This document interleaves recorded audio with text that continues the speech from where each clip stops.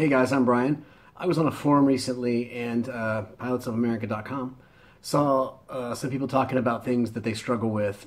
A lot of people had posted that they were struggling with airspace and visibility. This is something I could never get down when I was training a few years back.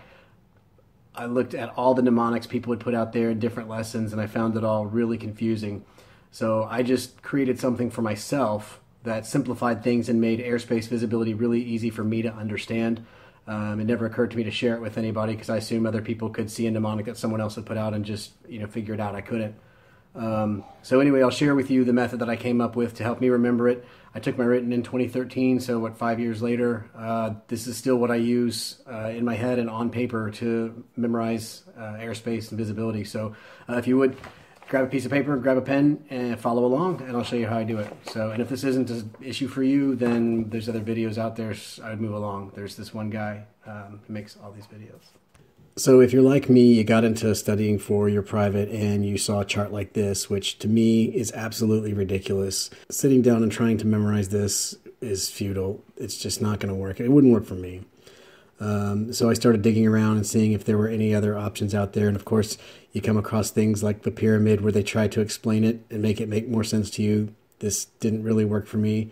The Airspace Rubik's Cube was a utter failure. The Airspace Taco, I think, was a thing for a while.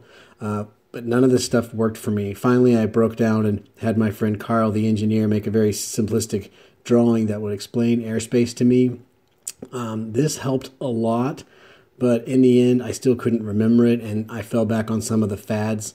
One of the new fads that had come out was the going to the fair space, which was helpful, but a little too simple. And then finally, the I don't really care space. That was pretty good, but it also didn't speak to me. I think the most recent fad, of course, everyone's heard the teddy bear and the electric chair space. This helps and it's simple, but in the end, none of these methods really helped me memorize my airspace, and so that's why I came up with this thing that I'm going to show you now, and I really hope it helps. All right, so get your pen and paper and follow along. First thing I'm going to do is I'm going to name this the 3-1-3 method. I hadn't titled it anything yet, but by calling it that, I'm forcing you to remember the first things you're going to write down. So this will seem strange at first and it'll seem confusing, but the point isn't to get you to memorize what I'm going to draw. It's to get you to learn airspace very quickly. So just do what I do. The first thing I'm going to do is I'm going to draw these two hieroglyphics.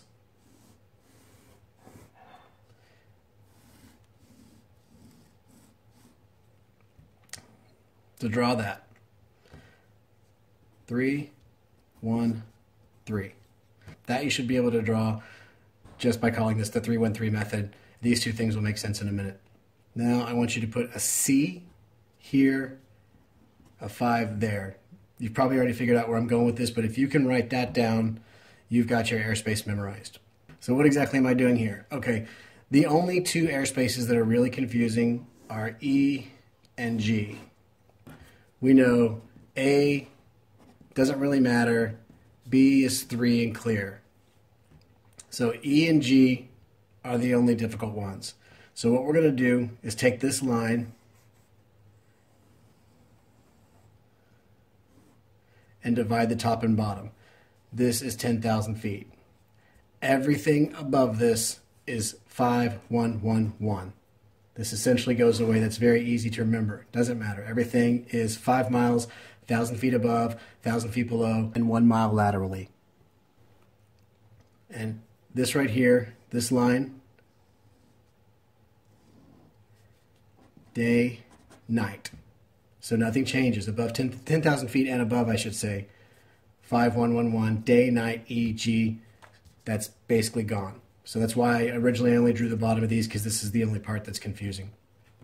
So the other thing we need to know is there is a divider right here at 1,200 feet. The 1 comes down, that's 1 and clear. The 3 comes down, that's 3. Now the only thing we need are our 1, 5, and 2. So this is 1, 5, 2, 1, 5, 2, 1, 5, 2, 1, 5, 2. Again, this is day, night. So now you know E is all 3, 1, 5, 2, And if you're wondering where C and D are, guess what? C and D are right there in the lower half of your E. If you just look at this, it's confusing, but if you start with those two things and you know you've got 3, 1, 3, C, 5, everything else is simple. The point for me was never to be able to memorize that final drawing. It was to be able to have something I could put on a piece of paper when I sat for my written and figure out airspace. And so I could sit on my written and I could do this. 3, 1, 3, 5, C. I had that down, and then it was just, all right, I know this is all the same, 1, 1, 1, and this is 10K. I know this is 1, this is all 1, 5, 2. It includes C and D. This is going to be 3, 1, 152, 152, 152, day, night, 1200.